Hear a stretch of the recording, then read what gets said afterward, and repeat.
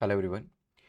हाल ही में Donald Trump के द्वारा एक स्टेटमेंट दी गई जिसमें उन्होंने कहा कि प्राइम मिनिस्टर मोदी जो हैं उनसे जो उनकी लास्ट फरवरी के अंदर मुलाकात हुई थी तो उसके अंदर कुछ कॉम्प्लीमेंट्स भी दिए गए थे, लेकिन हाँ, कुछ जगहों पर कुछ डाउट्स भी रेज किए गए थे जिसमें टैरिफ को लेकर सबसे बड़ी परेशानी खड़ी हुई थी, जिसमें कहा गया था कि जो टैरिफ हैं वो काफ़ी ज़्यादा इम्पोज किए जा रहे हैं यूनाइटेड स्टेट्स के ऊपर बाकी देशों के द्वारा, और उसी तरीके से यूएस जो है वो जवाब देगा। हालांकि आज ही कुछ पॉजिटिव चीज़ भी इसको लेकर निकल आई है, तो उसको हम देखेंगे यहाँ पर कि क्या पॉजिटिव स्टेटमेंट्स जो है वो डोनाल्ड ट्रंप ने यहाँ पर दिए हैं। सबसे पहले तो हमें समझना होगा कि यूएस का टैरिफ वॉर है क्या। तो यूएस का जो टैरिफ वॉर है वो उनकी, अगर आप पर्सपेक्टिव से देखेंगे तो आपको सही समझ में आएगा, क्योंकि यूएस ये कह रहा है कि अगर कोई सामने वाला देश हमारे ऊपर 20% टैक्स लगा रहा है, मैं अभी टैरिफ को टैक्स आसानी से आपको समझाने के लिए बोल रहा हूं, हालांकि ये ड्यूटी है जो कि सामने वाला देश आपके प्रोडक्ट्स के ऊपर लगाता है जब आप वहां पर अपने प्रोडक्ट्स को एक्सपोर्ट कर रहे होते हैं, ताकि आपके प्रोडक्ट की कीमत को बढ़ाया जा सके और इसी तरीके से आपके एक्सपोर्ट को और सामने वाले देश के इंपोर्ट को कम किया जा सके। तो यहां पर यूएस ने कहा कि अगर सामने वाला देश हमारे ऊपर 20% ड्यूटी लगाता है तो हम भी क्या करेंगे, हम भी सेम परसेंटेज ड्यूटी जो है वो यहां पर लगाने वाले हैं। उसमें कोई भी डिफरेंस देखने को नहीं मिलेगा, क्योंकि यहां पर अब बराबरी करी जाएगी। अगर आप हमारे प्रोडक्ट्स को अपने देश में नहीं आने देंगे तो हम भी यही चीज जो है वो आपके प्रोडक्ट्स के साथ फॉलो करने वाले हैं। मतलब आप हमारे प्रोडक्ट्स को अगर तवज्जो नहीं देंगे, हम भी उसी तरीके की चीज़ आपके साथ करने वाले हैं। और अगर आप देखेंगे सिर्फ कार्स जो एक सेक्टर ऑटोमोबाइल सेक्टर है उस एरिया में देखा जाए तो Mexico, Canada, Japan, Germany, Korea, UK, Italy, Sweden, Slovakia, China and बाकी सभी देश, इसमें इंडिया का नाम भी है। अगर आप देखेंगे जब ये आपके 25% टैरिफ आए तो ऑटोमोबाइल सेक्टर के जो स्टॉक्स थे भारत के अंदर उन्होंने नीचे जाना शुरू कर दिया, खासतौर पर उन स्टॉक्स ने जहां पर सबसे ज्यादा एक्सपोर्ट किया जाता था यूएस के अंदर इन कारों का। ठीक है, तो कहने का मतलब यह है कि अगर यूएस हमारे यहां पर कोई कार भेजता है, एक्सपोर्ट करता है, और हम उसके ऊपर 25% का टैरिफ लगाते हैं, तो अब यूएस भी उतना लगाएगा, और हम 125% लगाते हैं तो भी यूएस उतना ही टैरिफ यहां पर लगाने वाला है। तो ये ध्यान रखिएगा। इसके साथ साथ किन किन देशों को ये चीज़ इंपैक्ट करने वाली है वो हम देखेंगे। कार सेक्टर में तो हमने देखा, लेकिन हाँ, अगर हम देखें यूनाइटेड स्टेट्स में डोनाल्ड ट्रंप ने एक स्टेटमेंट देते हुए कहा कि देखो, हम तो ये पहले कोविड से पहले ही करने वाले थे, क्योंकि तब प्रेसिडेंट वही थे कि हम तो कोविड से पहले भी ये करने वाले थे, लेकिन फिर कोविड आ गया और इस वजह से हम कर नहीं पाए। ये तो हमें पहले कर देना चाहिए था। और उसके बाद फिर बाइडन एडमिनिस्ट्रेशन आती है और वहां पर ज्यादा लोगों ने, बाकी के देशों को आप कह सकते हो उस एडमिनिस्ट्रेशन ने ज्यादा परेशान नहीं किया। खैर, यहां पर अगर हम बात करें तो ब्राजील सबसे ज्यादा, आप देखेंगे यहां पर यूएस के जो टैरिफ है वो सर्च करते करते दूसरे नंबर पे आ गए और उनसे ऊपर सिर्फ ब्राजील है। मतलब सबसे ज्यादा टैरिफ जो है वो ब्राजील लगाता है, और अब यूनाइटेड स्टेट्स बिल्कुल दूसरे नंबर पे आ गए इंडिया को पीछे छोड़ते हुए। हालांकि इंडिया को ये माना जाता था अभी कि इंडिया उन देशों में से एक है जहां पर सबसे ज्यादा टैरिफ लगाए जाते हैं, और ये डोनाल्ड ट्रंप ने अपनी स्टेटमेंट में बार बार कहा भी है कि चाइना इंडिया, चाइना इंडिया, इस तरीके से स्टेटमेंट दी जाती थी कि इनके ऊपर भी टैरिफ लगाना शुरू किया जाएगा।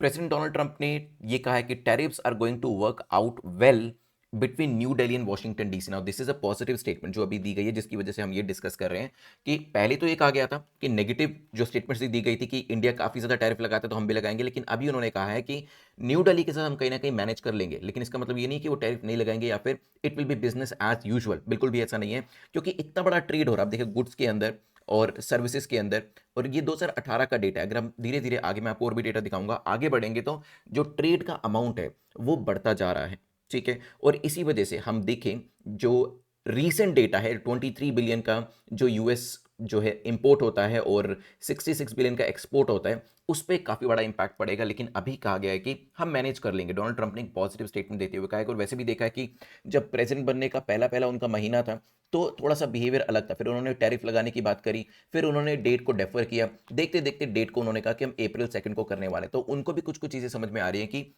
इस तरीके से टैरिफ अगर लगाए जाते हैं तो नुकसान यूएस को भी हो सकता है, और यूएस के अंदर भी एक, पहले तो इन्फ्लेशन की बात हो रही थी और अभी रिसेशन की बातें भी हो रही है, ये सब परेशानियां उनको देखने को मिल सकती है। ठीक है, तो ये कुछ चीजें हैं जिनको डोनाल्ड ट्रंप जो है ध्यान में रख रहे हैं। उन्होंने अभी हमारे प्राइम मिनिस्टर को प्रेज किया, उन्होंने कहा कि ही is a very smart man. Narendra Modi जो है उनके बारे में, हमारे प्राइम मिनिस्टर के बारे में कहा ही is a very smart man and a great friend, ये उनकी लाइन थी। Mister Trump had targeted India and they have the highest tariff, ये भी उन्होंने कहा। तो यहां पर प्राइम मिनिस्टर को उन्होंने अप्रिशिएट तो किया, लेकिन साथ ही साथ ये भी कहा कि इंडिया सबसे ज्यादा टैरिफ लगाने वाले देशों में से एक है, और इसी वजह से उन्होंने कहा कि हम रेसिप्रोकल टैरिफ जो है वो इंडिया चाइना के साथ भी इंप्लाई करेंगे, और यहां पर ये एप्लीकेबल रहने वाला है। ठीक है, इसके साथ साथ ये भी ध्यान रखिएगा, पॉजिटिव स्टेटमेंट अभी आई है जिसमें उनका जो रवैया है थोड़ा सा पॉजिटिव होता हुआ दिखाई दी, जिसमें उन्होंने कहा कि because prime minister is my good friend, तो उनके साथ हम चीजें मैनेज कर लेंगे। ठीक है, ये कुछ चीजें जो हैं वो सामने निकल कर आई हैं। अब यहाँ पर बात करें, इंडिया और यूएस जो है रिलेशनशिप जो है वो म्यूचुअल इकोनॉमिक इंटरेस्ट के अंदर कहीं ना कहीं रूटेड है, जिसमें काफ़ी बड़ी वॉल्यूम में जो पीछे हमने डेटा देखा वो ट्रेड किया जाता है। और मेजर सोर्स है यूएस हमारे लिए इन्वेस्टमेंट टेक्नोलॉजी का। अगर हम एक्सपोर्ट क्या करते हैं, एग्रीकल्चर गुड्स और मशीनरी करते हैं, लेकिन लार्जेस्ट ट्रेडिंग पार्टनर यूएस भी, और यहाँ से हम लेते क्या है, काफ़ी बड़ी आप कह सकते हैं क्वांटिटी में इन्वेस्टमेंट यहाँ से आता है, और टेक्नोलॉजी भी इनके यहाँ से काफ़ी बड़ी क्वांटिटी में आती है जो हम इंपोर्ट करते हैं। ठीक है, अदरवाइज भी बायलेटरल लेवल पे रिलेशंस अच्छे हैं, लेकिन हाँ टैरिफ को लेकर प्रॉब्लम जरूर होगी। ऑटोमोबाइल सेक्टर पे मैंने आपको बताया कि लग चुका है, जिसमें इंडिया को भी इंपैक्ट होगा। टाटा कंपनी का अगर आप देखेंगे, कुछ दिन पहले, रादर 2 दिन पहले ही स्टॉक जो प्राइस था वो काफ़ी नीचे आ गया था। उसके पीछे रीज़न यही था कि 25% टैरिफ जो थे वो किक इन कर चुके हैं। अगर टाटा की किसी भी या किसी भी कार को भारत से अब यूएस में एक्सपोर्ट किया जाएगा तो फिर टैरिफ यहाँ पर उनको फेस करने पड़ेंगे। ठीक है, इससे हमारा ऑटोमोबाइल और हमारा ही क्या पूरी दुनिया को ऑटोमोबाइल सेक्टर जो है वो इम्पैक्ट होने वाला है।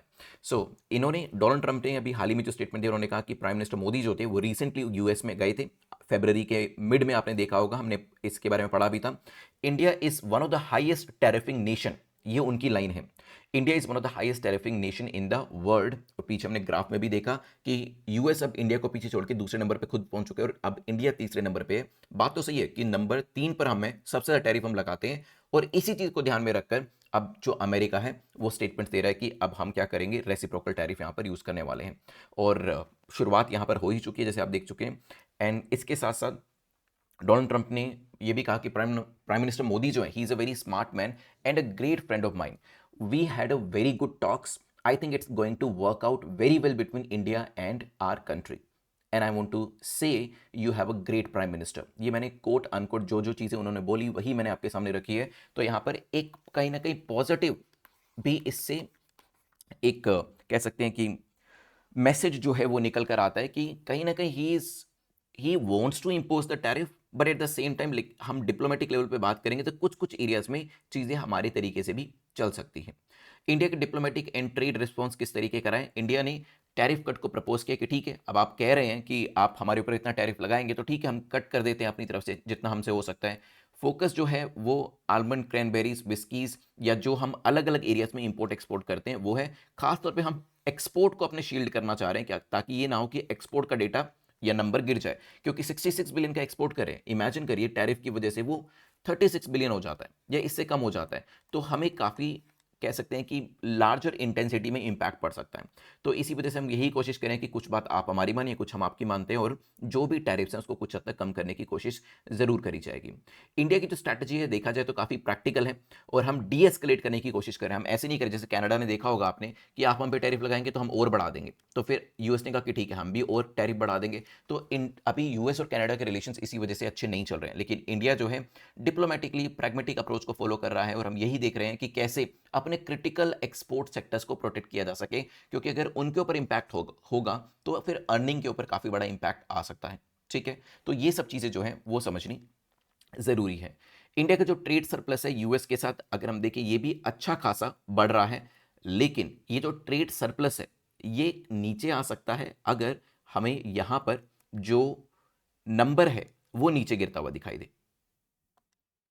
जैसे अगर हम यहाँ पर देखें तो धीरे धीरे कोविड के टाइम पे ये नंबर नीचे आ गए थे, और अगर हम 21-22 का डेटा देखेंगे तो ये नंबर और भी कम थे।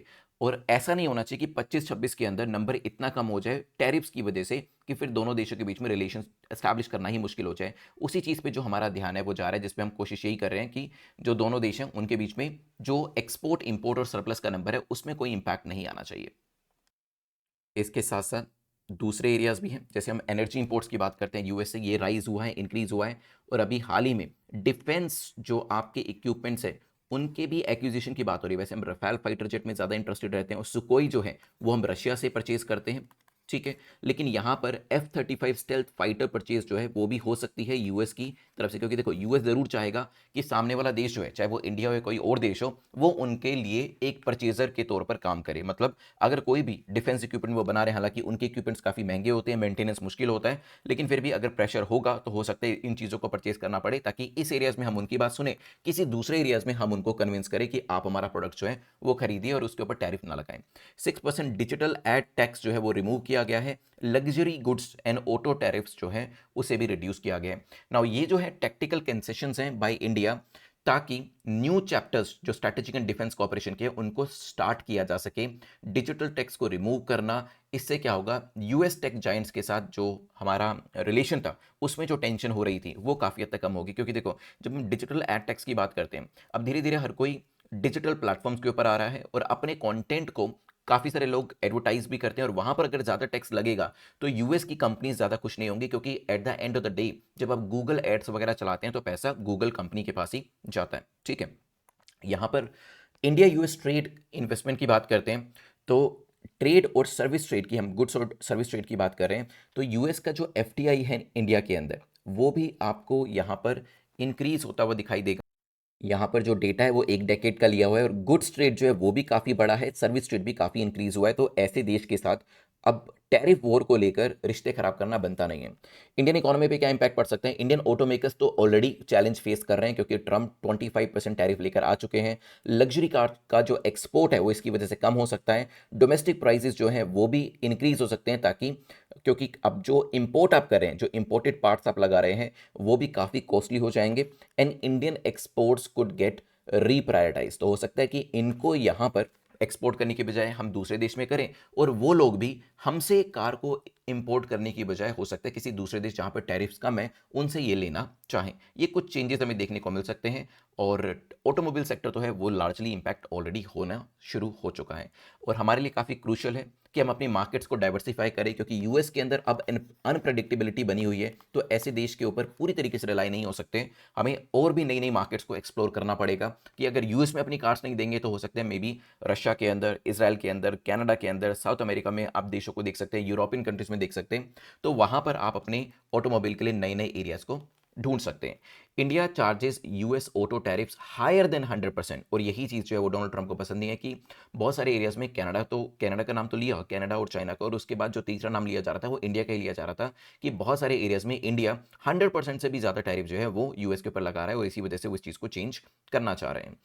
फ्यूचर आउटलुक की बात करें तो ट्रेड टॉक्स दोनों देशों के बीच में चल रही हैं, और कुछ डील्स जो हैं वो अर्ली स्टेजेस पे हैं, तो धीरे धीरे हमें देखने को मिलेगा कि कैसे ये कॉपरेशन जो है आगे जाता है।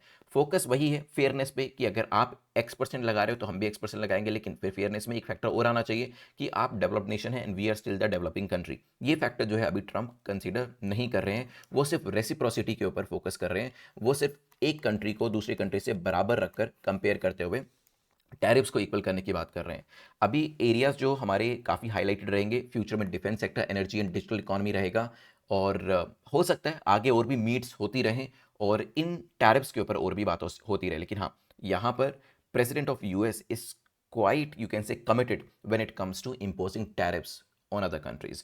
फ्यूचर इंडिया यूएस ट्रेड का डिपेंड करता है सक्सेसफुल नेगोशिएशन के ऊपर, कि हम कितना उनके साथ नेगोशिएट कर पाते हैं, कितना हम उनके साथ कॉपरेट कर पाते हैं। क्योंकि अगर कनाडा जैसा रवैया रहेगा तो फिर definitely imposition of tariff, that percentage will be very very high, और फिर चीज़ें खराब ही होती जाएंगी। लेकिन हाँ, डिप्लोमेटिकली, प्रैक्टिकली आप इन चीज़ों को सॉल्व करने की कोशिश करेंगे तो अच्छे रिजल्ट्स मिल सकते हैं। ठीक है, जो टॉक्स है उनका सिर्फ और सिर्फ यही एम होना चाहिए कि आप लॉन्ग टर्म सस्टेनेबल गोल्स को अचीव कर सकें rather than short term gains, क्योंकि फिर एक साल के बाद दोबारा से परेशानी हो जाएगी नहीं तो। ये सब चीज़ें हाल ही में डिस्कस करी गई, और आज भी इसको लेकर एक न्यूज़ आई थी जो हमने डिस्कस करी, जिसमें डोनाल्ड ट्रंप ने एक पॉजिटिव स्टेटमेंट दिया इंडिया को लेकर कि वो रिश्ते अच्छे कर लेंगे हमारे साथ, और टैरिफ्स जो हैं उनको भी मैनेज करते हुए चलेंगे।